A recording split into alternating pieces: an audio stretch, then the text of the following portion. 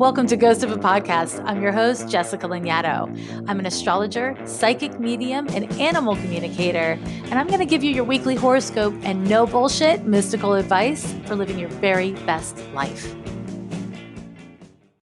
This week, I have a question from Really Tired, and she says, "Hi, I'm a queer, Black, cis femme journalist. I've been contributing to the national coverage of racial injustice and the history of systemic racism for almost a decade, from Ferguson to Charlottesville and all the atrocities beyond and in between.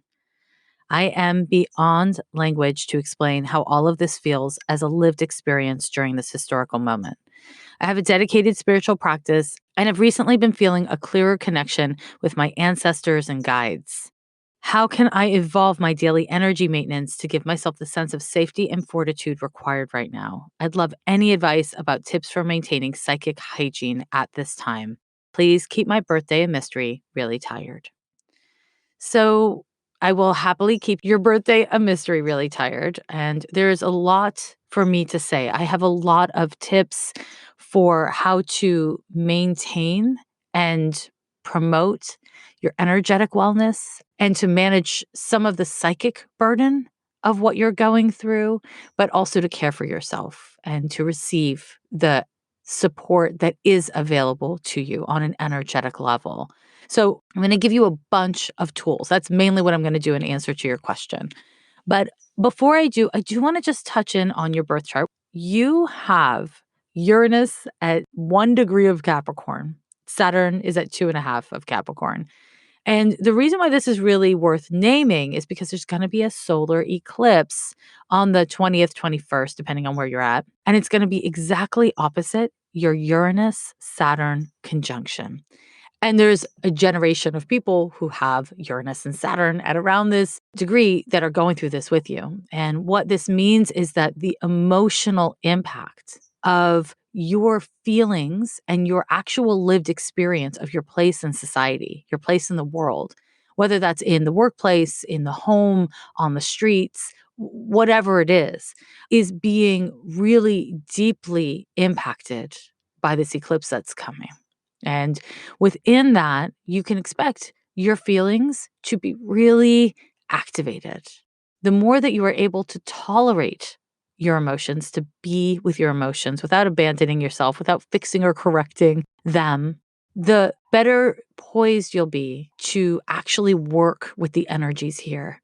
Because solar eclipses are always intended, they're always happening to aid and facilitate and maybe even accelerate your evolution in the context of everything that is happening in the world and how it is impacting you so personally. The eclipse is really it's going to stimulate a thing, let me tell you. And so I want to encourage you to be really gracious with yourself around the feelings that come up at this time. So, in the last few weeks and for the next several weeks, because it's likely to feel like a lot. And that a lot might be great accelerated development, or that a lot might be feeling just so overwhelmed with emotions or so overcome by your situations that you aren't quite sure what to do. And when it comes to matters of the heart, there's often nothing to do. Well, not nothing. I'm going to get to the psychic and energetic exercises in a moment. But I wanted to say a couple more things here. The first is that you are going through a couple Pluto transits, really intense ones. Pluto is currently squaring your Mercury and it's opposing your ascendant. And these transits tell me that you are in a place in your personal life of deep and profound transformation. Things are so much more intense for you in your relationship with others and any of your one-on-one relationship with others, but also in your thinking, Mercury, right?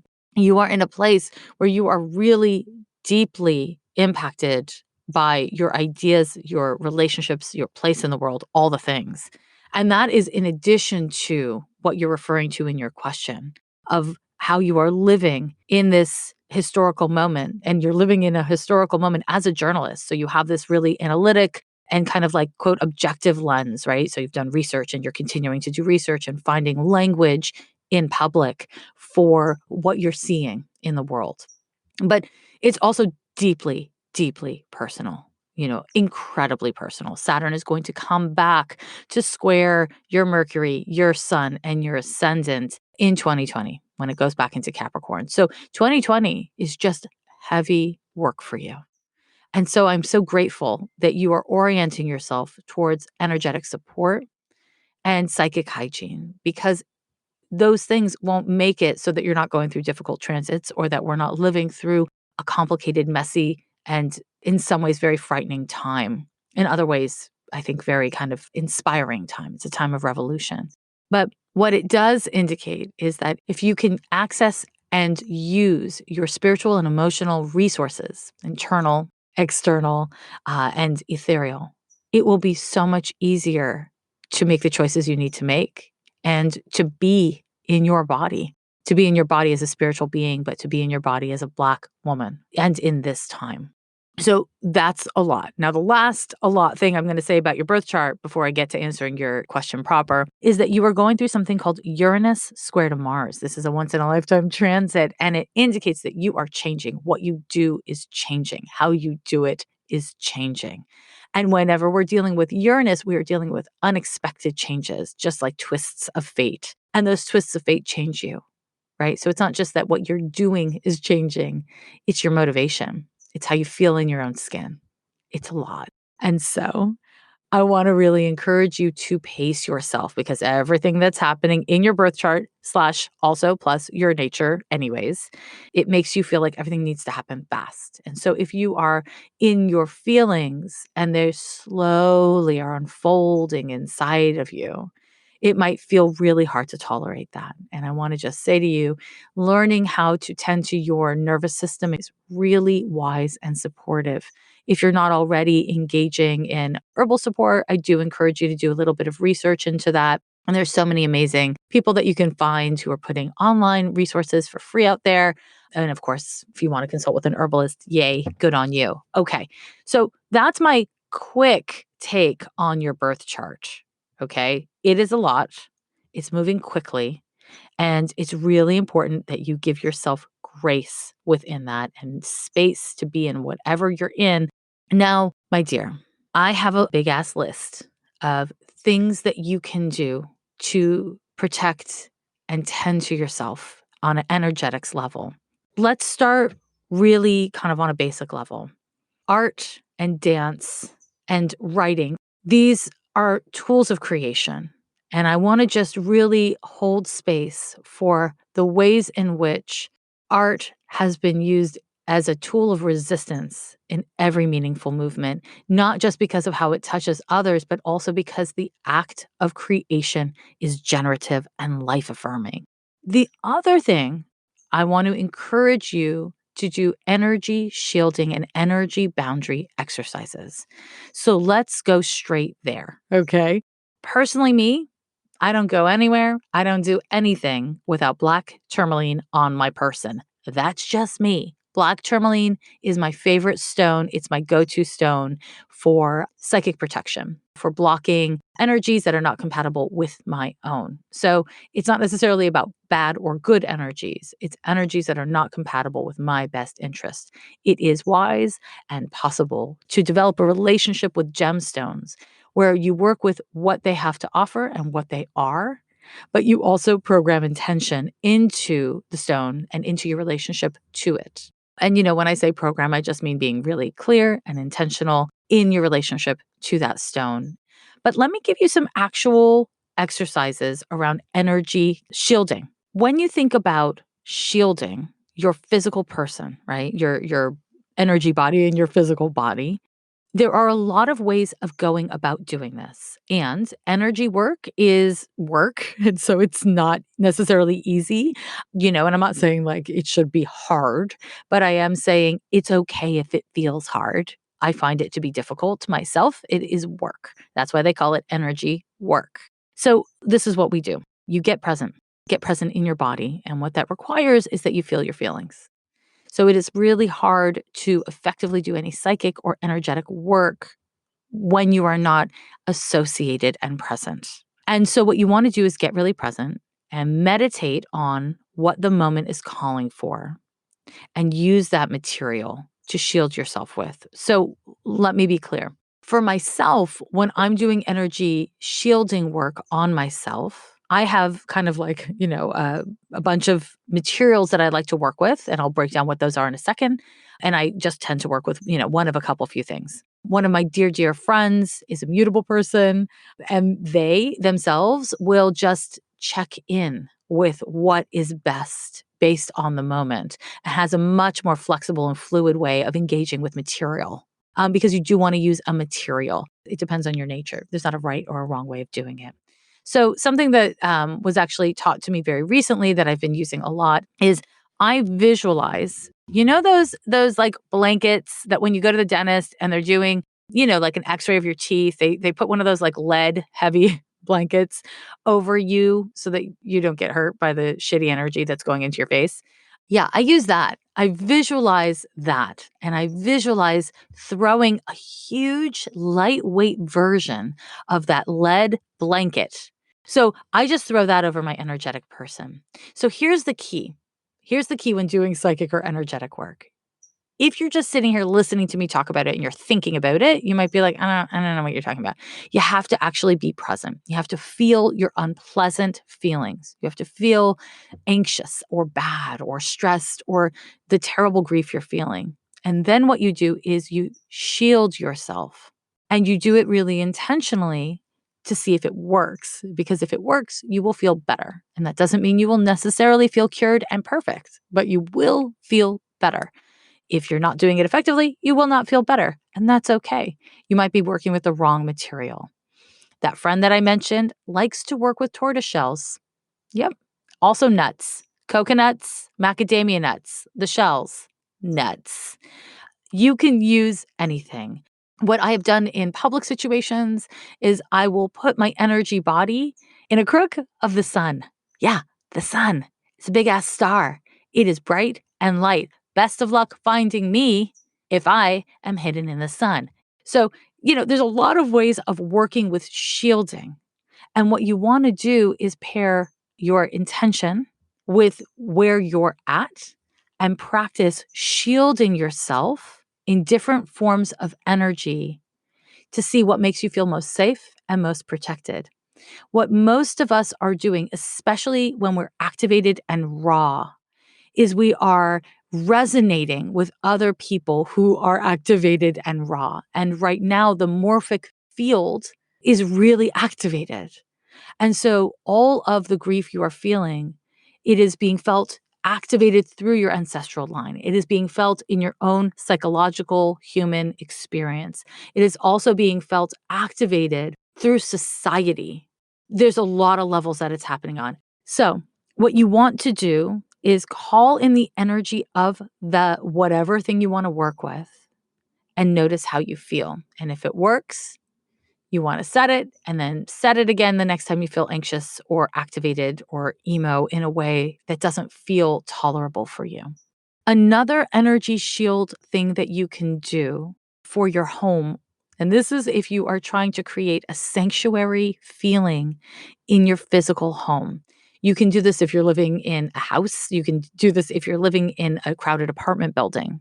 What you want to do is activate from the earth. And what that looks like is energetically connecting your energy field, you, to the earth and visualizing a plant. Any plant will do. You can work with the energetics of mushrooms. You can work with the energetics of lavender. You can work with the energetics of a plum tree. You can do anything. It's energetics. What you're going to do is you're going to pull from the depth of the earth, and you want to visualize roots of those plants deep, deep into the earth. And then you want to have those plants grow energetically up through the earth, through the building, up through your whole apartment or house or whatever, bedroom, and up way past the top of the building. That's it. You want to essentially grow the energetics of a supportive plant life into the physical space that you're in. And it does a number of things. It shifts the energy of your space. It's a good energy exercise so that you are practicing doing energy work. And another thing that it does is it throws off the energetics of your home space. And this is why it's relevant. If you feel that you are being energetically tracked by other people, they are looking at you and they are like needing something from you, which if you're a journalist, they might be. If you're a friend, they might be. If you're a daughter or an ex or whatever, shit happens. We are all energetic beings and we are all doing shit on the energy plane all the damn time. So when you shift the energetics of your home space, you are harder to track for others, which can give you more energetic space to work with. Those are just energy shielding exercises. I've got an exercise for clearing energy. And this is something that I think is just really beautiful and hopefully will be very helpful for you. I have been working with sound a lot. So, to clear energy with sound is to use sound vibration to shift the vibration in a space. Okay, because sound is just vibration. That's what it is. Matter is vibration made material, but that's a whole other conversation. What you can do is use any kind of thing to create sound. Bells, bowls, there's all kinds of things in the world to create sound. Those things are all great for shifting energy as long as you are present, associated, and intentional with it. But something that you can do as a form of energy clearing is work with creating sound frequencies through running your finger around a glass that is filled with water. So conventionally, it's done with a wine glass. Most people have a wine glass or can get a wine glass.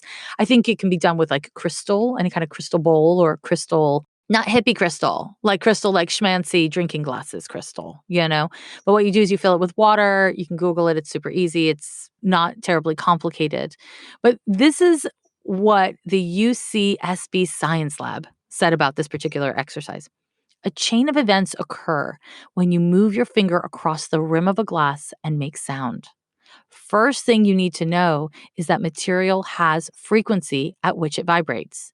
This is called resonant frequency.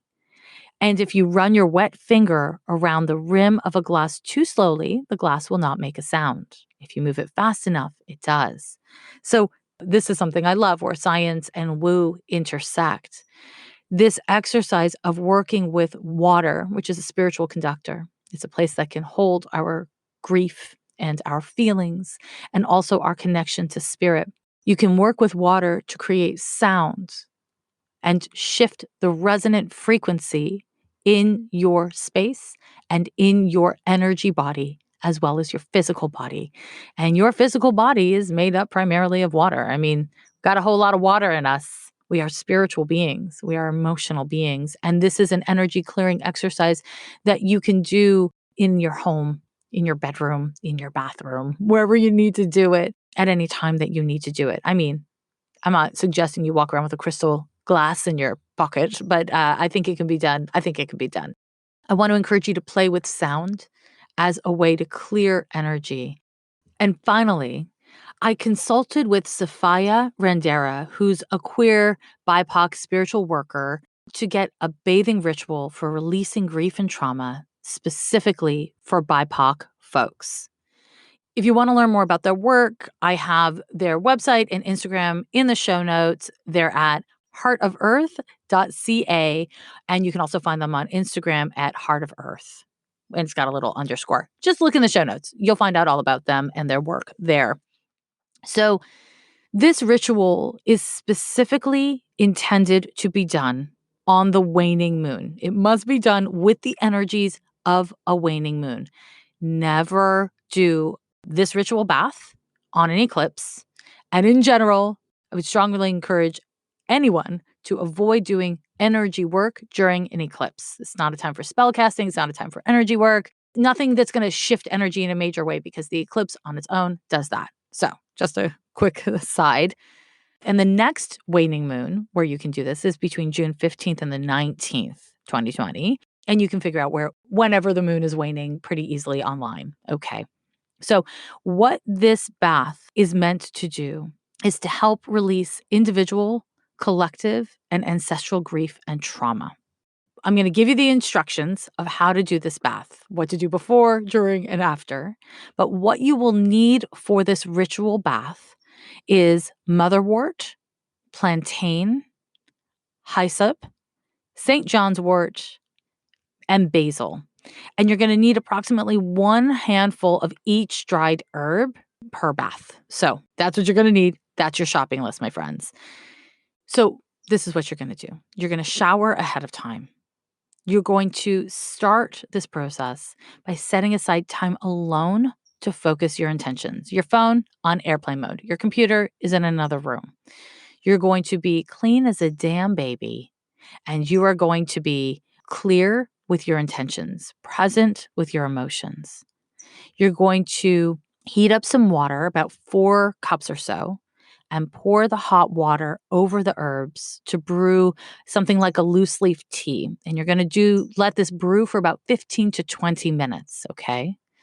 Then you're going to pour in the water portion, the tea portion that you've just created, into the tub that you're running for yourself with the intent in your mind that any negative energy or emotions within or surrounding you be released.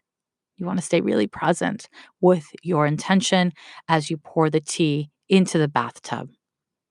Then you will get into the bath and call on your particular faith, your belief in the universe, great spirit, your ancestors, whatever resonates for you, and speak from the heart. When we speak from the heart, when we activate from our heart, our intention is strengthened. This is an energetic law. And so you want to be cognizant, you want to be like mentally clear about what you're doing, but you want to be emotionally present for what you're doing as well. This is part of why you take all these steps of showering and being alone before you start to brew the tea and set the bath. So if you would like a powerful, fresh start, of clearing your energy and kind of emerging anew, what they suggest is submersing yourself in the bathwater 3 times, each time asking to be reborn or to start anew. Okay, so you're going to just completely dunk yourself into the water 3 separate times. It is wise to be really present with all of your feelings in this whole process. You want to stay as emotionally present as possible and energetically present as possible with the process. These baths, I have done some of their prescription baths, can be really emotional and very clearing. So what you're going to do next is with downward strokes, you will do 9 passes down your body, asking for this energy to be released along with any personal intentions and prayers that you choose. You're going to start at the top of your head and work your way down to your feet. Okay, you can do this with your hands, with a washcloth, whatever floats your boat, whatever works for you. On the last pass from your head to your feet, you will stand up, you will unplug the drain and step out of the tub. Then you'll run a shower for a moment to clear any residue because you want to clear all the energy and everything that was in the tub. You want to just clear it right out. And then you will clean yourself off with a fresh towel and dress in fresh clothes. The final step is to give thanks to the spirits for the clearing and healing that you received. Ritual bath work can be so powerful because it not only aligns you with plant medicines, it not only aligns you with your spiritual guides and resources, but it also is a reaffirmation of your own capacity for self-healing. It is a way to connect with yourself, your spirits, and God or the universe, whatever it is that you call it.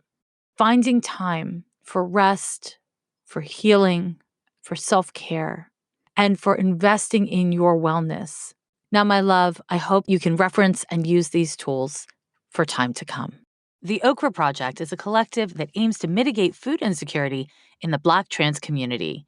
The project hires Black trans chefs to come to the homes of Black trans people or community centers if they're currently experiencing homelessness, to cook healthy, culturally relevant, and delicious meals.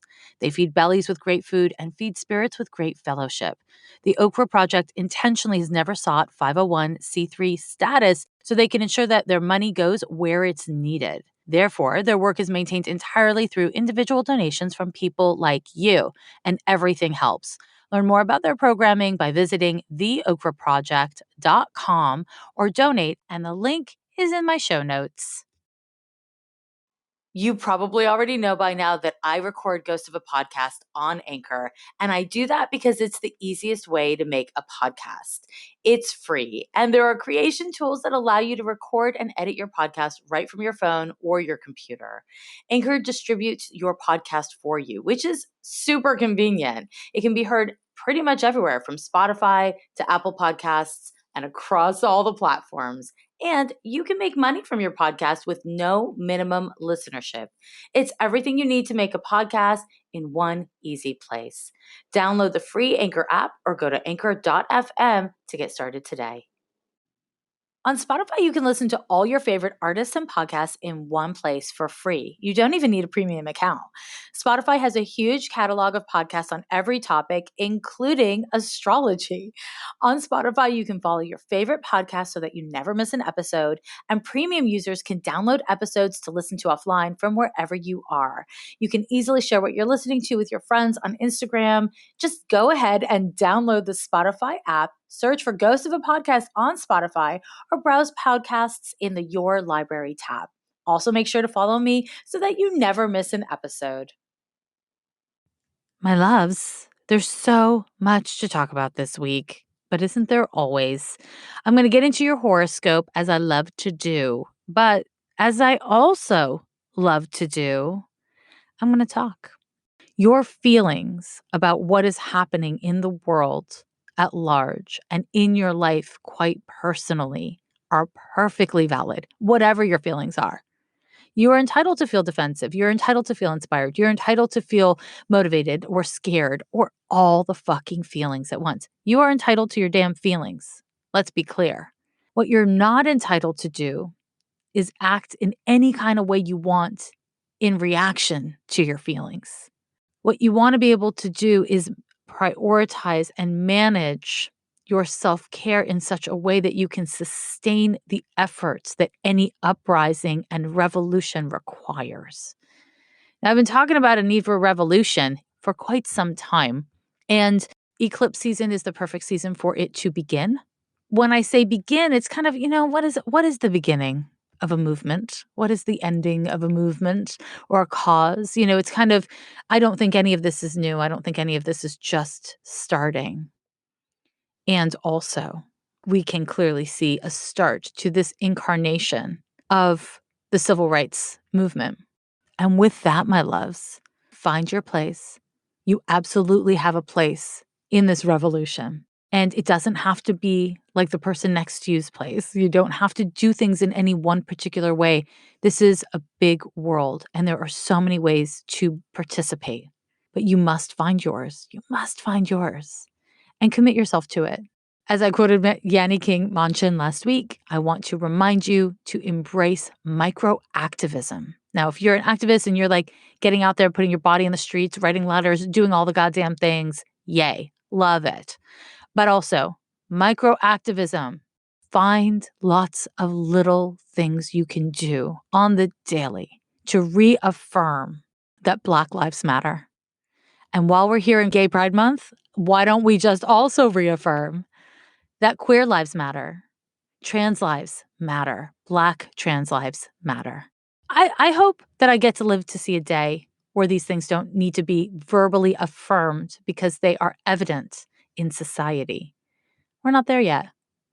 So perhaps what happens in this period, this tumultuous, intense, transformational period, will actually be a meaningful stepping stone to these kinds of equities in the world. It's possible. Of course it's possible, but it doesn't come without some sacrifice. So do your best. Get in there and do something. Okay, I got more for you. It's called a horoscope, okay? This week's horoscope, it covers June 14th through the 20th of 2020. And let me talk to you about a goddamn thing. Mercury fucking retrograde. Was life hard? Were things complicated? Sure. Yes. But then Mercury retrograde happened. And then it got more complicated. So here's the thing. Mercury retrograde, it's not in retrograde. It just is retrograde because retrograde refers to the motion of the planet, the movement of the planet. So I am not walking in backwards, I'm walking backwards. That's a grammar thing. Very mercurial of me, BT dubs. Okay, so Mercury retrograde happens a few times a year, every year. It's just a part of life. Don't freak out. But what it does is it makes it so that technology gets wonky as hell. Texts don't go through. Your message goes through 4 times, and it was kind of an awkward one to begin with. Miscommunications abound. This is not a great transit for clear communication, okay? It's just not. I don't know about you, but I noticed in the shadow week, the shadow lasted longer than a week, but in the week leading up to Mercury retrograde, I started to really see technological issues for myself and a lot of people I was dealing with, because everyone I have contact with these days is, of course, digital. It's all online. And this is the first time in human history that we have a Mercury retrograde where such a huge portion of humanity is connecting digitally. And so the potential for this to wreak havoc on our communications, the fact that everything's an email or a text or a phone call or a video chat, I don't know what's going to happen. It could be a real fucking pain in our asses. It could also just be another annoying Mercury retrograde. But here's the key. Take it in stride. You're basically an astrologer now. You know what I'm talking about. Mercury's retrograde. And it's only retrograde for a few weeks. This particular retrograde will be over on July 12th. What you need to know is that from the 17th of June to July 12th, things are just going to be a little annoying. Don't take it personally. Don't get bent out of shape. You know, just do your best. This is not an ad. I'm not being endorsed or anything to talk about this, but there's this app called Bridgeify. And it's something that I learned about when I was studying the Hong Kong protests back in 2019. And it's an app that was used by the protesters there because you don't need the internet in order to use it. You connect via Bluetooth, but it is a great tool for protesting because you can communicate outside of the internet. So you don't need an internet connection to text with people or an SMS connection. And so, while Mercury retrograde is wreaking havoc, it's nice to know that there are alternatives. This is also just a great time to be conscientious about your digital footprints and your digital security. Just, pay attention to that kind of stuff. During this Mercury retrograde, I feel that it's going to be necessary.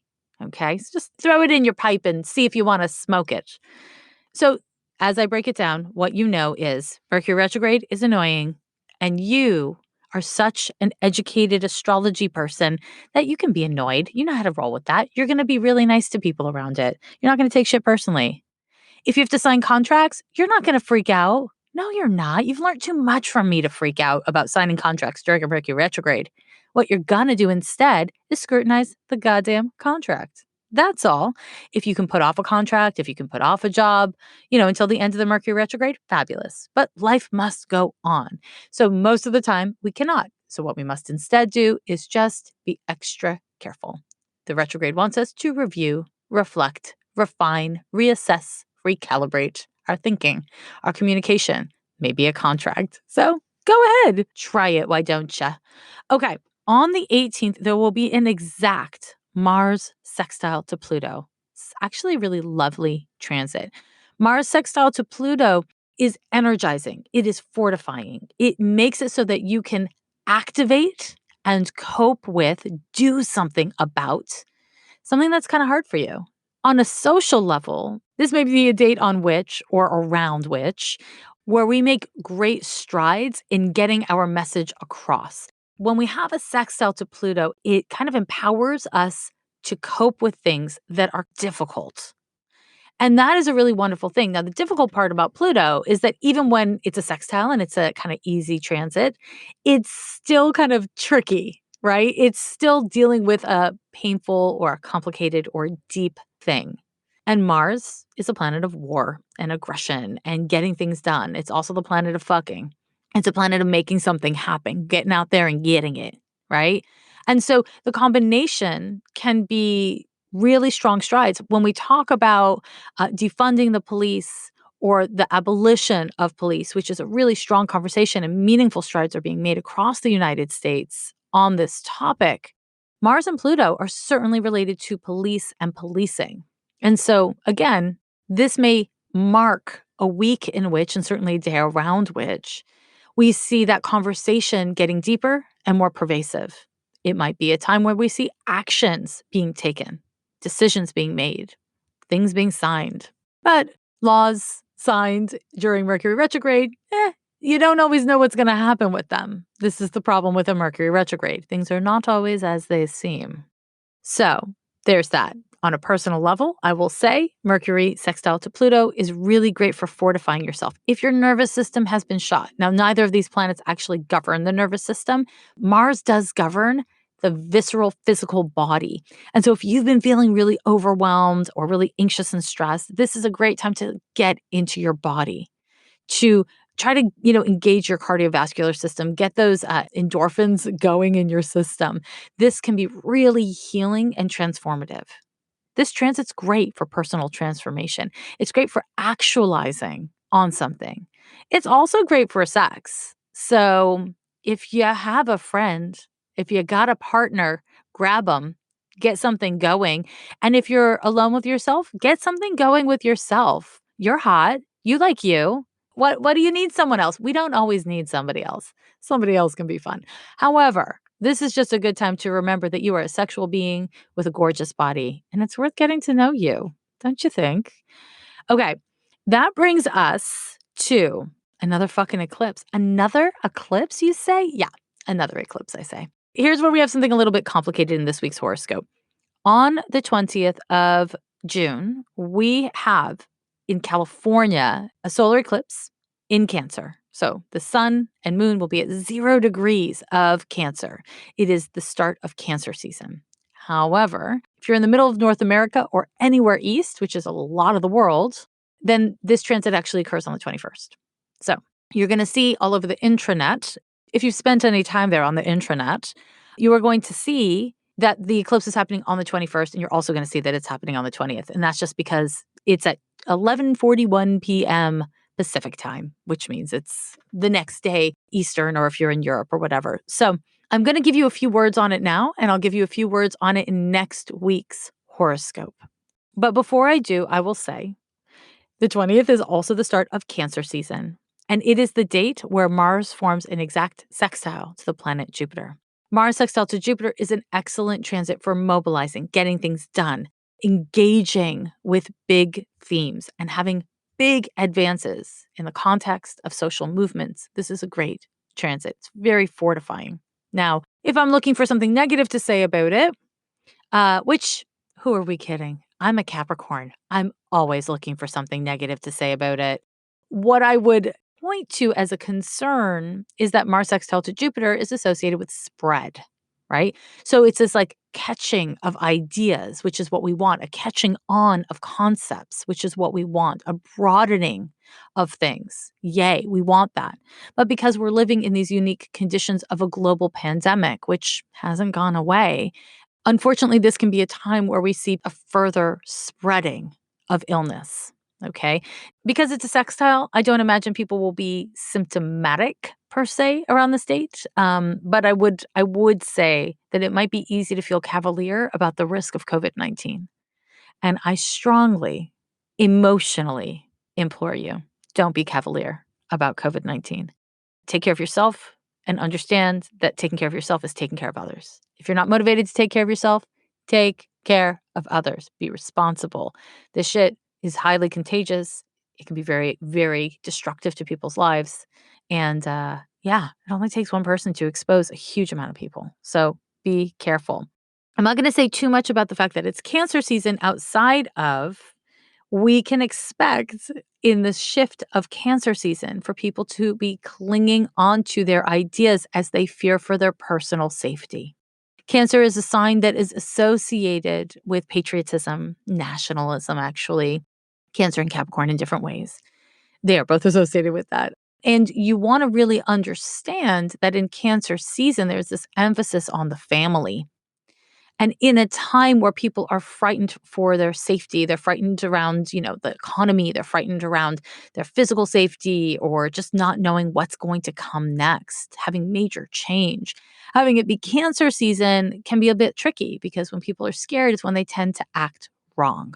So make sure you are tending to your fear and that you are not drinking any fear-based Kool-Aids at this time. There are ways to invest in those who you love that are not on the backs of others. Find those ways. Center those ways. Now, there's also an eclipse. Like I said, I will give you more 411 on the eclipse in next week's episode.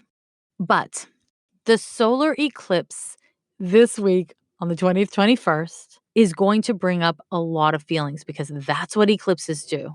We have to keep in mind that's Father's Day in the United States, right? We are dealing with themes of patriarchy. We are dealing with themes of capitalism, which is directly related to patriarchy, IMO. And we have an eclipse happening on Father's Day. Could this be a time where we see meaningful changes to our relationship, our personal relationship to patriarchy? So I'm not saying to individual men or males. This eclipse is directly connected to the eclipse that we just went through on June 5th because eclipses happen in pairs. And what happens during eclipses is that we have whatever happen. And then about 6 months later, we see the full outcome from whatever it is that shifts within you. The energy of an eclipse is intense. It's electric. Eclipses require our evolution on a personal level, which can mean revolution in your life or the world at large. And certainly right now, it is happening in the world at large and hopefully from you as well. When we deal with the themes of Cancer, we are not just looking at themes around family and safety, although certainly those themes. We're also looking at the theme of how you ask for help, how you let others in, how you receive with your heart the aid, support, and resources that are available to you. Cancer is a little bit of a clutcher. I will clutch onto things with my little pinchers. When we get too attached to our ideas around safety, to the kind of trappings of safety, we get stuck, right? So this is a time where we want to step into the best traits of Cancer, which is loving with an open heart, embracing with a whole self, and engaging with others and treating them and feeling about them as though they are your family. You don't have to like everybody.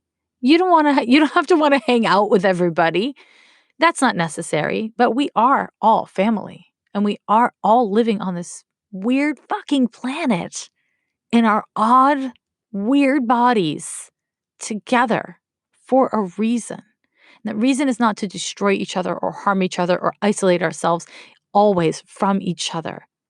We're in this together. We need to act like it, right? This particular eclipse is a spiritual call. How can you be true to yourself and also honor your family, your community? When these things feel at odds with each other, which inevitably they do at least sometimes for many of us, how can we have enough self-acceptance that we are willing to feel our unpleasant feelings and still stay present with them? How can we make choices that reflect our heart instead of our fears? How can we come at things directly when that is appropriate and necessary? It's scary. It's uncomfortable, but it's absolutely worth it.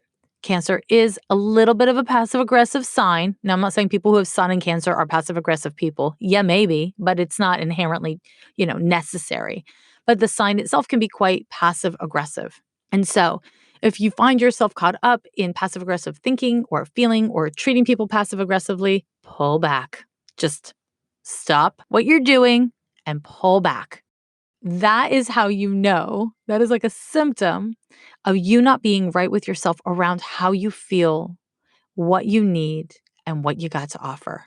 Get right with yourself so that you can engage with others in a way that reflects your integrity. My loves, that's just a quick shot on the eclipse. And I'm going to have more for you soon. I want to thank you for joining me for another week of Ghost of a Podcast. I always appreciate your presence here, your willingness to do the damn work. I am sending you as much love and care as I can through these digital waves. Are they even waves? Nobody knows. And also, I just want to say these are trying times. They're transformative times. They are gorgeous and messy and scary and deeply, deeply upsetting times. They're all the fucking things. The mess that has always been there in the US, but all over the world, is coming to the surface and demanding to be dealt with. And as messy and as overwhelming and as intense as it is on a personal level, even on a societal level, fuck, how cool is it that you're alive for this? How cool is it that it's finally fucking happening and that you could have a role to play in the evolution of society, on the betterment of society, on creating a world that is more just? I don't know. I don't know. In the mix of it all, on your rough days, don't forget that you are here and that you are here at this really powerful time in history. And that's kind of unique. It's kind of special. Be here for it. Every year they say the end is near.